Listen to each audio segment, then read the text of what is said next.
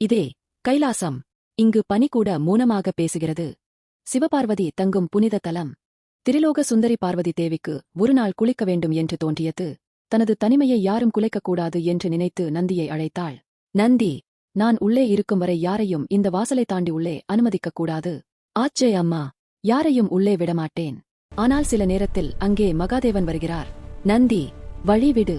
பிரபு, அம்மா யாரையும் உள்ளே விடக்கூடாது என்று கட்டளை தந்தார். அதற்கு சிவன், நான் அவளுடைய கணவன். என் வீட்டுக்குள் செல்ல எனக்கு யாருடைய அனுமதியும் தேவையில்லை என்று கூறி உள்ளே சென்று விடுகிறார். இதைக் கண்ட பார்வதிக்கு சிறிது மனக்கசப்பு வருகிறது. நந்தி என் வார்த்தையை விட சிவனின் வார்த்தைக்கு முக்கியத்துவம் கொடுத்தான் என்று எண்ணினாள்.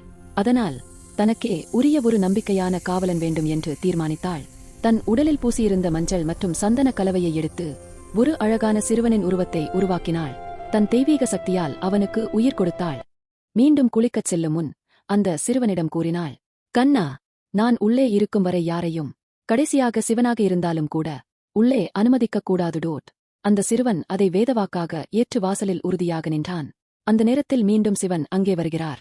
உள்ளே செல்ல முயன்றபோது அந்த சிறுவன் தன் தடியை நீட்டி தடுத்தான். பிள்ளையே, வழிவிடு என்றார் சிவன். முடியாது, என் அம்மாவின் அனுமதி இல்லாமல் யாரும் உள்ளே போக முடியாது. நான் பார்வதியின் கணவன் என்றார் சிவன். நீ யார் என்றால் என்ன?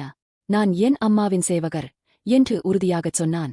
இதனால் சிவனுக்கு கோபமும் அதே நேரத்தில் அந்த பையனின் தைரியத்திற்கும் ஆச்சரியமும் ஏற்பட்டது. நந்தி மற்றும் சிவகணங்கள் வந்தனர். ஆனால் அந்த சிறுவன் அசையவே இல்லை. பிரம்மாவும் வந்து சமாதானப்படுத்த முயன்றார். இவர் உலகத்தின் தந்தை சிவன், வழிவிடு. ஆனால் அந்த சிறுவன், அம்மாவின் அனுமதி இல்லாமல் யாரும் உள்ளே வர முடியாது என்று உறுதியுடன் சொன்னான்.